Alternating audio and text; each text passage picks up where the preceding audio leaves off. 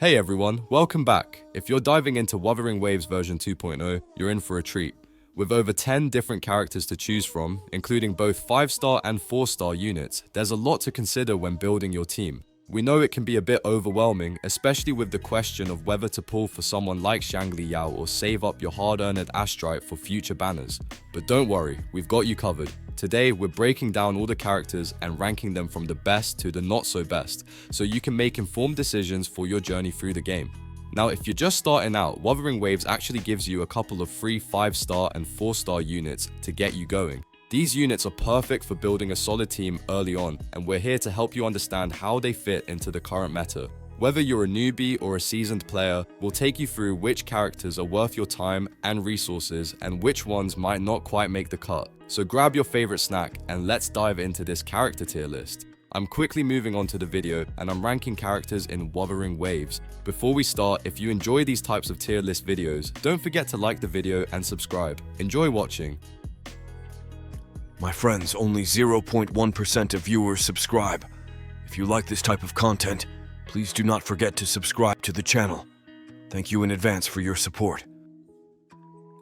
The characters in this tier are, in order from top left to bottom right, Lingyang, Yangyang, Chixia, and Taoki. Alright, let's dive into the world of Wuthering Waves and talk about some of the B tier characters. These are the ones that have some cool traits but just don't quite measure up compared to the heavy hitters. So, if you've been wondering whether to invest in them, here's the lowdown. First up, we've got Lingyang. Now, Lingyang had a lot of potential, but in the current state of the game, he's kinda getting outclassed by other 5-star characters. His damage output just doesn't hold up when compared to those with solid AoE capabilities. And let's be real, right now he doesn't have that dedicated Glacio support to back him up either. If you're looking for a main deeps that really packs a punch, Lingyang might leave you a bit underwhelmed. Then there's Yangyang. She's actually the first free 4-star character that you'll get, so that's nice, right? But here's the catch. She's good early on, providing decent damage and some utility with her aero grouping. The issue though is that once you unlock better sub-DCS characters that can buff your damage, Yangyang starts to fall off pretty fast. She's like the starter snack before the main course, you can't rely on her forever. Now, let's talk about Chixia. This girl shines when it comes to fighting hordes of enemies, thanks to her mobility and ease of use. She's a solid DPS, and she can take down bosses too, as long as you know how to reposition and avoid getting hit. But here's where it gets tricky. When dealing with mobs of enemies, Chixia can get overwhelmed pretty quickly. If you're not careful, she'll get mobbed, and that's a problem. So, while she's a blast to play, managing her against multiple enemies can be a bit of a headache. And finally, we have Taoki. She got a nice boost with the introduction of Jinxie, where she found a new role as a sub-DPS. Taoki brings the resonance skill amplification and can deal some quick switch damage with her resonance liberation. However, there are still some issues that hold her back. The scaling between her forte and shields is split, which makes her kit a little inconsistent. She could have been a fantastic hybrid character, but unfortunately those scaling problems still drag her down. So yeah, these B tier characters have their moments, but they're often overshadowed by others that just bring more to the table. If you're running low on options, they can still be fun to play, but don't expect them to carry you to victory like your S-tier powerhouses.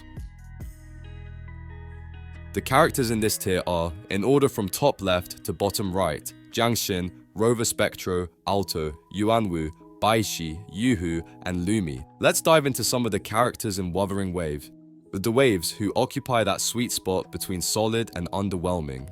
The A-tier heroes. They're not the absolute best, but they're certainly no slouches either. You've probably seen them around and wondered if they're worth the investment. Spoiler alert, they are, but with some caveats. Let's break it down. First up, we have Jiangxin.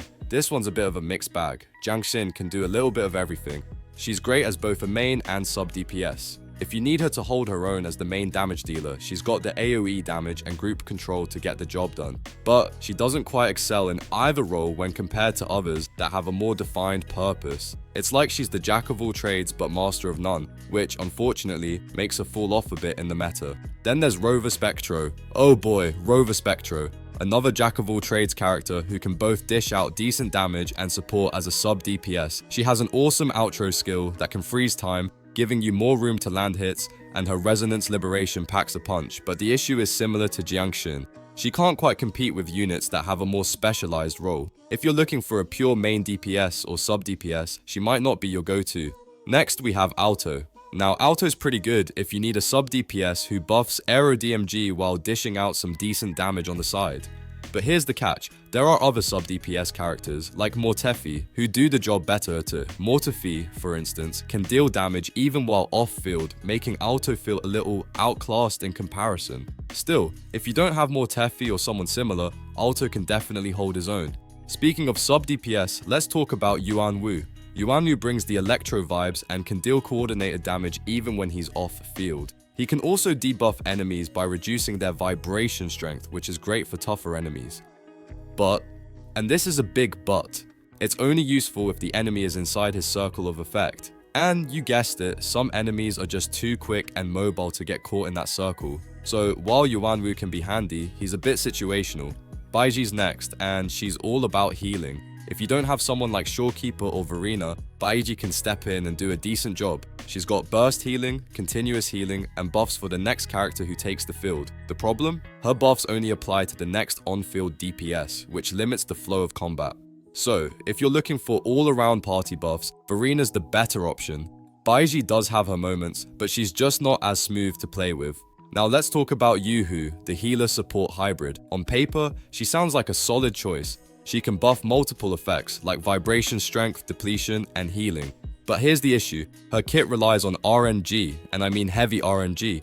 The buffs she provides are random, and when you're trying to keep rotations tight, that can mess everything up. Oh, and her outro skill only buffs coordinated attacks, which isn't something every resonator can use. So yeah, Yuhu can be a bit unpredictable at best. Lumi, the sub DPS unit, rounds off our list. Lumi has the potential to amplify resonance skill DMG with her outro skill, and her damage output isn't bad, especially when her forte circuit is full.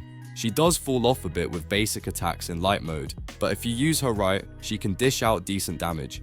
And hey, she's one of the few 4-star resonance skill amplification units in the game, which is definitely a bonus. If you can't get the limited 5-star Jeji or you're not too impressed with Taoki, Lumi's a solid pick. So there you have it. A-tier characters who might not be the stars of the show but still pack a punch if used in the right situations. None of these characters will carry you on their own, but with the right strategy and team composition, they'll definitely hold their own. Just don't expect them to outshine the more specialized units.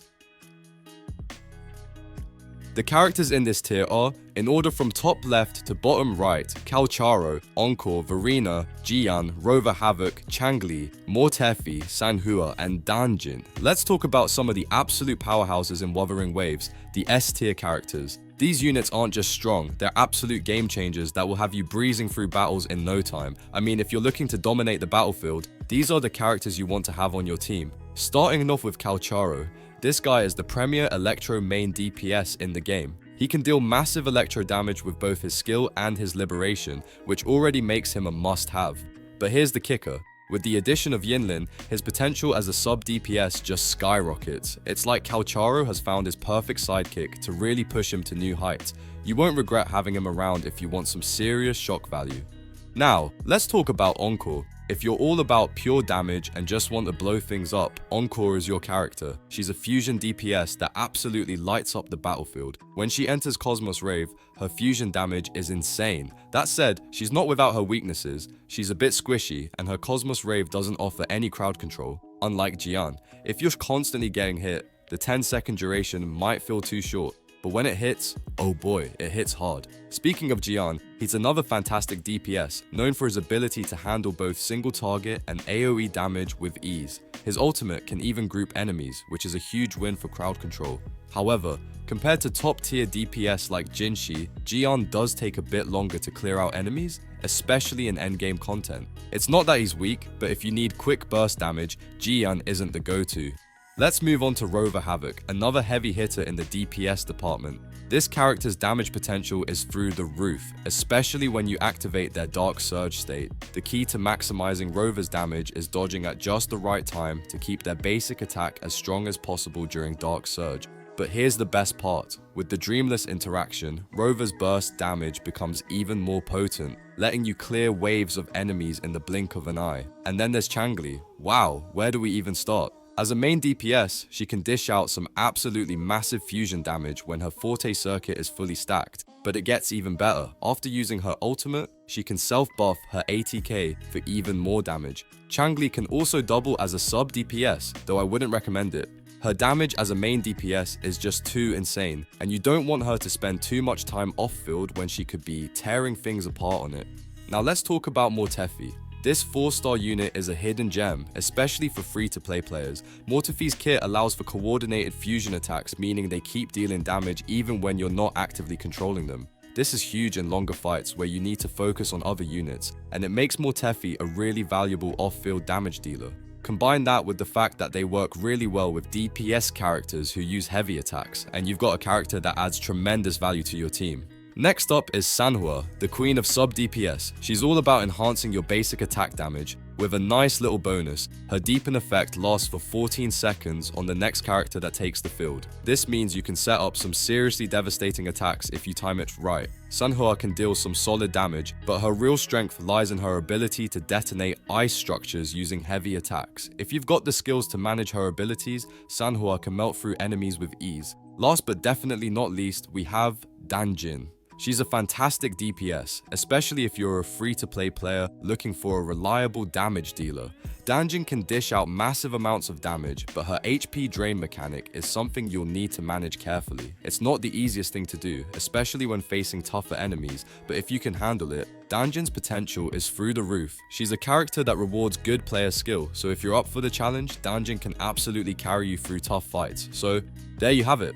These S-tier characters are absolute game changers in Wuthering Waves. If you're lucky enough to have any of these on your team, you're in for a treat. They each bring something unique to the table, and with the right strategy, they can carry you through even the toughest battlefields.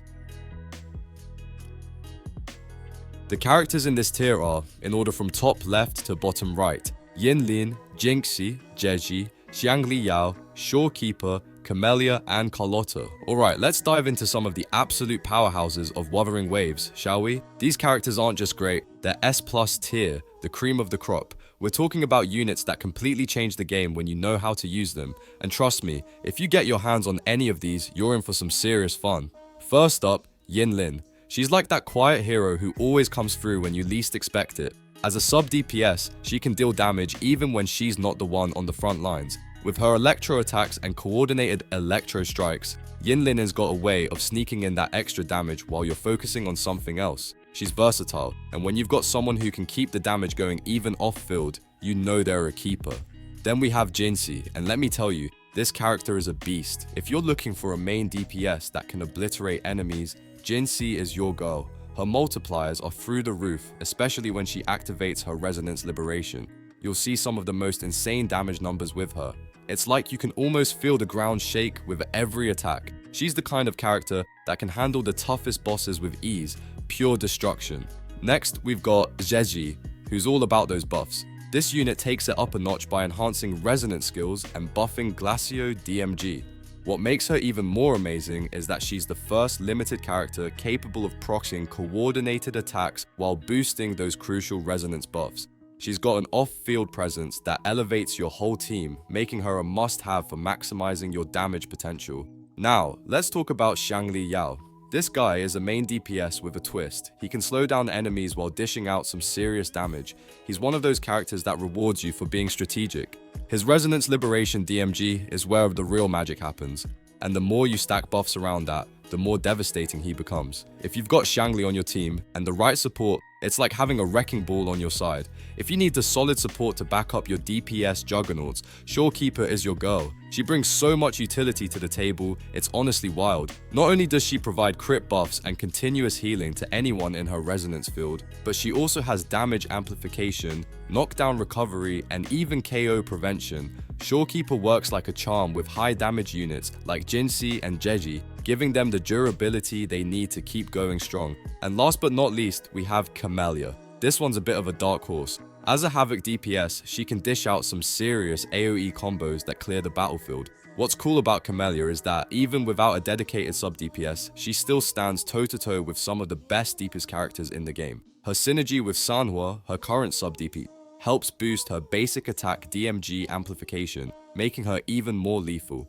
When you get the right team setup, she can go head to head with anyone, including the top tier DPS like Jinxie. So yeah, these are the S+ tier characters in Wuthering Waves. They're not just good, they're game changers. Whether you're looking for a solid DPS or a support that can keep your team alive while cranking up that damage, you can't go wrong with these units. The video ends here. See you in another video. Don't forget to subscribe.